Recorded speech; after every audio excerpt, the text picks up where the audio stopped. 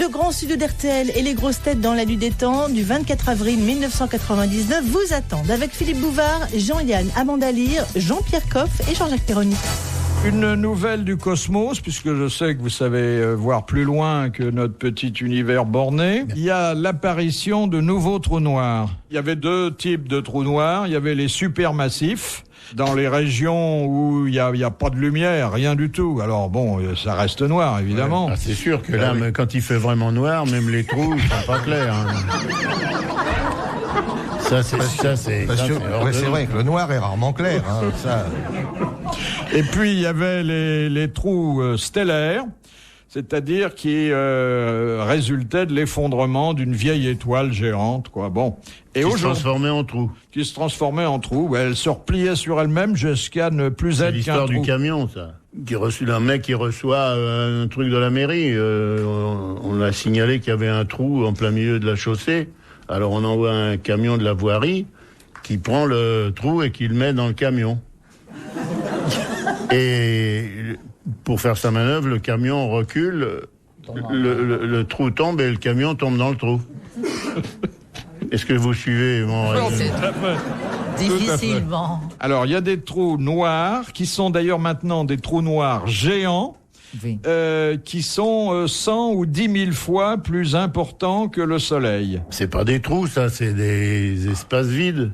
Entre la Terre et la Lune, c'est un trou ? Non, parce que il y a rien. Non, c'est de l'espace parce que il y a des étoiles, il y a des petites choses, il y a maintenant Yamir, plein de bricoles qui tournent, qui sont satellisées, voilà. Et pourquoi il y en a pas dans les trous noirs parce qu'on n'a pas encore été y voir. Qu'est-ce que vous voulez nous faire dire? Je veux rien vous faire dire. On dit rien. On s'en fout du trou. Mais non, c'est il veut nous dire qu'on envoie des expéditions là-bas. Mais un trou tombe pas par définition. Où est-ce que t'as vu? T'as déjà pris un trou sur la gueule, toi? Alors, ça risque pas de t'arriver, donc ça tombe pas les trous. Quand tu manges du gruyère, le trou tombe pas quand tu le coupes. Écoutez, je comprends. Mais même quand tu le manges, d'ailleurs, le trou se digère pas. Non, ça fait de l'aérophagie, le trou du gruyère. Je comprenais déjà pas grand-chose avant que vous interveniez, mais maintenant, c'est... On va envoyer des expéditions qui vont aller là-bas et qui vont tomber dans des trous. Qui vont tomber dans des trous noirs. Ils verront rien du tout, ils sont affolés. Ils peuvent pas tomber dans des trous noirs, puisque les trous noirs, par définition, on les voit pas. Attendez, monsieur Coff, si j'ai bien compris, hypothèse de travail. Ne me parlez pas sur ce ton-là, s'il vous plaît. Ce ton un peu supérieur pour dire monsieur Coff. D'accord, mais bon, attends, je suis capable de reconnaître un trou d'un autre. Hein. C'est pas dit. Si j'ai bien compris, là où on ne voit plus rien, c'est qu'il y a un trou. C'est qu'il y a un trou. Voilà. Bah, c'est tout simplement. Il y a des tas de trucs où je vois encore quelque chose et c'est un trou. Mais on doit les voir venir quand même, les trous. Ah ben non. Mais non, ça bouge pas un trou. C'est vrai. Le trou noir, il est dans un contexte noir, c'est-à-dire qu'il y a un espace noir dans lequel il y a un trou. Imagine du gruyère tout noir qui serait fait avec du lait noir. Pense à ça simplement. Hein? Tu vois pas le trou? Si, tu le vois toi? Du lait noir. Donc tu vois une vache blanche qui donne du lait noir. Tu imagines ça? Non mais ça donne Moi, le vertige. du gruyère noir, j'en bouffe pas. Hein. Non mais on te demande pas de le manger puisque tu le verrais pas puisqu'il est noir. Ah bon? Oui, mais dans une assiette blanche, il se verrait. Ah mais tu mets pas du gruyère noir dans une assiette blanche, tu mets forcément un gruyère noir sur une assiette noire. Tu veux pas qu'on le voit. Ah, d'accord, si c'est la nuit qu'il y a une toile cirée noire avec une assiette noire et du gruyère noir... Tu vois pas le trou noir. On voit rien du tout. Bon, alors voilà, on est avancé. Donc on peut tomber dans le gruyère... Sur le plan gastronomique, vous pouvez pas dire qu'on n'a pas avancé quand même. Hein. Enfin, ça ouvre des horizons métaphysiques. Non, ça n'ouvre rien puisqu'on ne voit pas. Qu'est-ce qu'il en dit, Paco Rabanne, de ça? Et l'idée de l'infini, parce qu'au-delà du trou noir, qu'est-ce qu'il y a? Il y a un gros trou blanc. RTL, 4h, 4h30, dans la nuit des temps des grosses têtes de Philippe Bouvard. Quelle infirmité dont Édith Piaf était atteinte dans sa jeunesse... C'est cité. Fut guérie lors d'un pèlerinage à Lisieux. Oui. C'était la cataracte qui avait débouché sur une cécité complète. Bonne réponse de Jean-Yann. C'est-à-dire elle a été miraculée. Pendant 3 ans, elle était aveugle et elle a, après ce pèlerinage, recouvré la vue. Après Lisieux, donc elle a eu Lisieux en face des trous après. Finalement, on va pas assez à Lourdes ou dans tous ces trucs-là. Des fois, ça marche. À Lourdes, ça marche. Ça claudique plus que ça marche, hein. Elle était fâchée contre moi, Edith Piaf. C'est vrai? Ouais, parce que j'avais fait un truc avec elle et puis je parlais d'histoires de religion et ça la choquait terriblement. Elle avait dit il faut arrêter de parler comme ça. Qu'est-ce que vous disiez à l'époque? Je chantais des chansons sur Ave Maria. avec Maria. Elle était très religieuse, elle. Oh là là, ça la choquait terriblement. Comment c'était Ave Maria? Avec Marie, on va danser la java. Il n'avait pas trouvé ça bien. Oh, c'était pas méchant, hein. Non, mais pour elle. Alors, au livre des records, et après la tarte aux fraises géante que nous évoquions voilà quelques jours, on peut inscrire maintenant une saucisse de 80 mètres. Ah oui, ça c'est déjà plus intéressant, vue d'avion. Et Rocco Siffredi est jaloux. Ah oui, il peut aller se rhabiller, là, hein. Et c'est de la saucisse de quoi? C'est un charcutier d'une ville finlandaise. Oh là. Ça doit être au hareng fumé, ça. Qui a enroulé sur une chope géante, parce que c'était la fête de la bière, une saucisse de 80 mètres. Ça devait être quand même sérieusement dégueulasse, parce qu'une saucisse, il n'y a pas d'intestin de porc qui fasse 80 mètres de long. Alors vous savez qu'une bonne saucisse, elle est faite avec du boyau naturel, bien sûr. Donc vous dites, non, là, gardez là-dedans votre saucisse.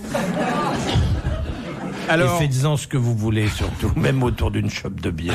Il y a une saucisse de 260 mètres de longueur et de 65 mètres de diamètre.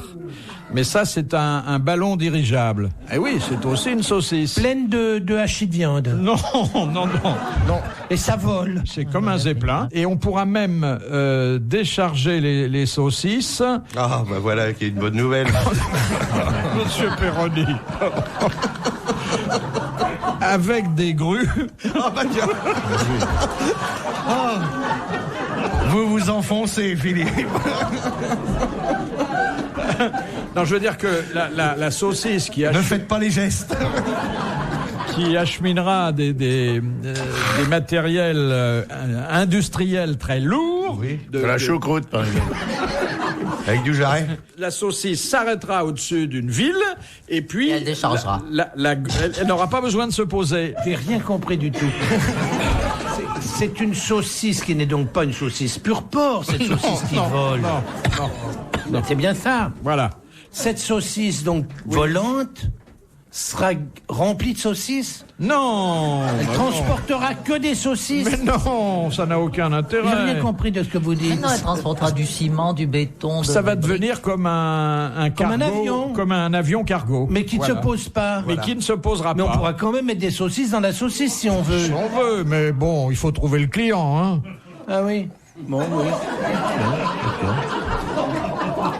À Hollywood, on s'inquiète de plus en plus de voir des films qui sont tournés à l'étranger, notamment au Canada, en Australie, et donc les producteurs essayent de mettre fin à la fuite des tournages. Vous étiez alerté là-dessus, monsieur Yann, non? Mais partout, les gens cherchent à se tirer pour tourner ailleurs. Parce que ça diminue les charges. Surtout qu'il y a des déductions fiscales dans certains pays. Oui, c'est pour ça que vous tournez tout le temps à travers le monde. Oh, je tourne en bourrique, moi, vous savez, avec tout ce qui m'arrive. Vous avez répondu dans une interview récente que si vous étiez installé à Los Angeles, c'est parce que vous faisiez du cinéma et que si vous aviez fabriqué du nougat, vous seriez à Montélimar. Ouais. Et de la porcelaine à Limoges. Bon. Alors je vous dis... Et des bêtises à Cambrai. Et des rillettes au Mans. Et de la saucisse, où ça? À Montbéliard. Mais si on fabrique plus de films à Los Angeles, alors où allez-vous aller? Non mais c'est la patrie de la production, Los Angeles. C'est pas forcément la patrie du tournage. Il y a presque tous les grands films américains, ils se font à Pinewood à Londres. Pourquoi l'Angleterre? Parce que c'est moins cher, parce que pendant des siècles, les syndicats ont tellement emmerdé le monde que les gens ne tournaient plus dans les studios anglais et qu'il a fallu trouver des systèmes compensateurs. C'est vrai que au XVIIIe siècle, les syndicalistes du cinéma étaient très rigoureux. Hein. Quand je dis des siècles, c'est des années. Il a compris très bien, mais il veut m'emmerder, c'est tout. Je veux dire, je le sens bien, ce type-là est en train de creuser jusqu'à ce que d'un seul coup on devienne fou.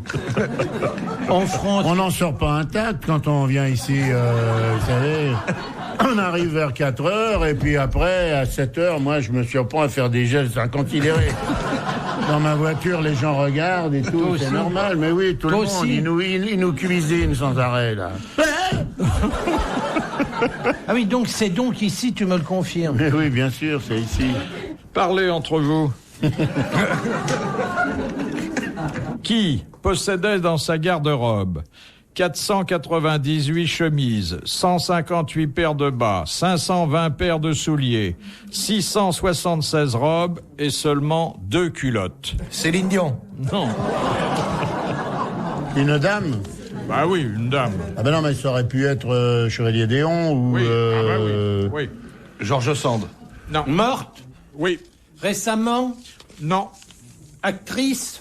Oh, elle jouait la comédie, mais elle n'était pas actrice. Cécile Sorel? Non, c'est plus ancien. Courtisane? Oh, non, mais enfin... Une Pompadour quelconque? Voilà. Oh, pas quelconque, hein. Alors, La Dubarry? La Beauharnais. L'impératrice. Exactement. L'impératrice Joséphine de Beauharnais. Bonne réponse d'Amanda Lear. Elle n'avait pas besoin de culotte, elle avait toujours chaud. Non, c'est vrai, elles n'étaient pas très culottes à l'époque. Hein. Non. C'était- ouais, non, il vaut mieux rester sans culotte. Oui. Si on veut avoir le plaisir de la retirer ou de se la faire retirer. Oui, mais c'est compliqué dans les cinémas, dans les... Aux Et enterrements. dans les voitures, tu crois que c'est pratique d'enlever une culotte? T'as déjà essayé? Dans l'autobus, tout le temps. Non, justement, c'est pas ça, il vaut mieux. Même dans le métro, c'est pas pratique. Ah non, dans le métro, c'est terrible. Terrifiant. Philippe Bouvard sur RTL, 4h, 4h30, les grosses têtes dans la nuit des temps. Il va être bientôt l'heure de nous quitter pour aujourd'hui. Retrouvons vite les grosses têtes dans la nuit des temps du 24 avril 1999 avec autour de Philippe Bouvard, Jean-Yann, Amanda Lear, Jean-Pierre Coff et Jean-Jacques Perroni.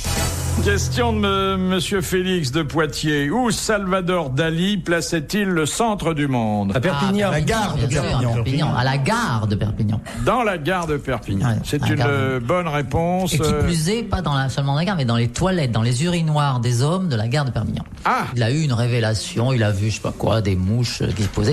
Et donc, il a étudié le vol des mouches. Je sais pas quoi. Et donc, c'était là l'endroit juste où il fallait que ça soit le centre du monde. C'était très subjectif, bien sûr. Donc, il voulait absolument m'entraîner voir ça. Moi, je rentre pas dans les chiottes des hommes, donc j'ai jamais pu y aller. Mais il voulait me montrer l'endroit où ça s'était passé. Et on lui disait parfois où est le centre du monde et il disait suivez les mouches. Non, parce qu'il était très fasciné par le vol des mouches. Je sais pas si vous avez étudié le vol des mouches. Pas souvent, non. Les mouches vont dans tous les sens et elles ne se tamponnent jamais. Voilà. Il n'y a que les voitures qui se tamponnent, finalement. Mais les voitures, ça ne vole pas, n'est-ce pas? Non. Mais moi, j'ai vu 2 mecs qui s'étaient rentrés dedans de plein fouet en bagnole, et il y a un des types qui sort, il dit je vous ai pas fait mal, vraiment, je suis tout à fait désolé. Non, ça va, dit l'autre, écoutez, je vais vous remonter un peu, tenez, buvez un peu de cognac. Alors, il lui file un peu de cognac. Ah, bah, encore un petit peu. Il dit, mais ça va mieux maintenant? Oui. Il dit, mais vous buvez pas? Il dit, non, après la prise de sang.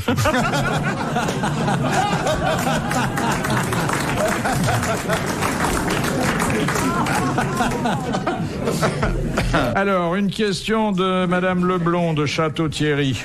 Pourquoi le sein gauche des femmes est-il souvent plus développé Ouais. que le sein C'est droit? vrai. C'est vrai. moi, c'est beaucoup quand les plus, maris dorment avec un sein dans leurs mains et qu'ils ont des lits jumeaux.